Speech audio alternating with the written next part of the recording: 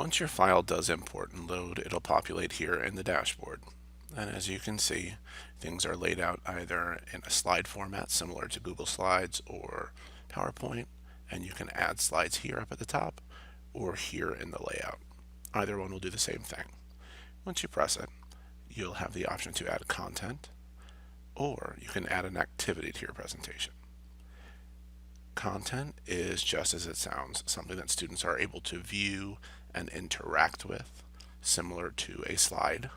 An activity is a way for them to engage by giving you information, giving you feedback, answering questions, things of that nature. So let's add some content.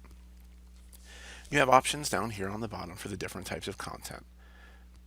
You can add a slide, you can add a Nearpod 3D object for them to interact with. You can also add a simulation down here as well. A lot of the other options are paid or premium services, none of which I'm familiar, none of which you need to use Nearpod. So let's try adding a 3D object.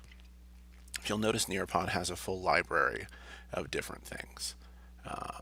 You can scroll through and see they're pretty engaging, pretty interesting.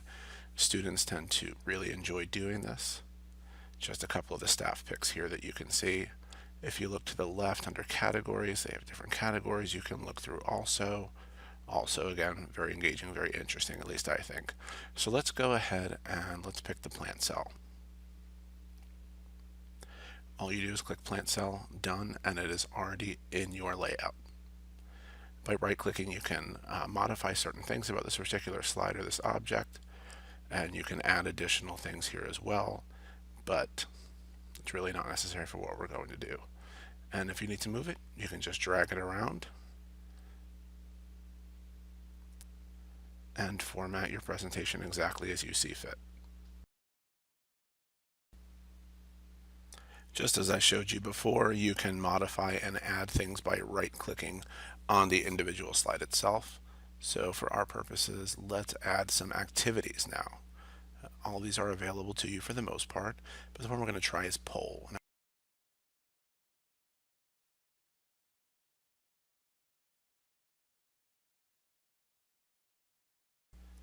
Let's just take a quick moment to look at the anatomy of the input screen here. We have a place for you to type your question. We have a place for you to add references, whether it be an image or what have you, to support the poll or the question you're asking the students.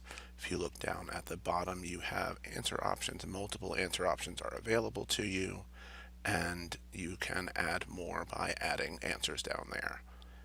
The field where you enter the question is editable and changeable, just as if you were typing a Microsoft Word document or a Google Doc or any really word processing document.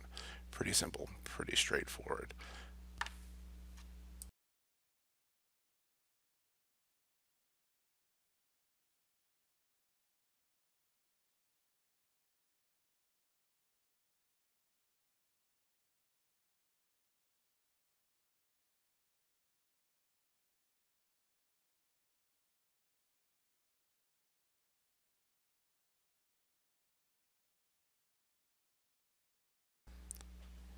You also have the option to add a timer up here on the upper right. You can set a different minute denominations.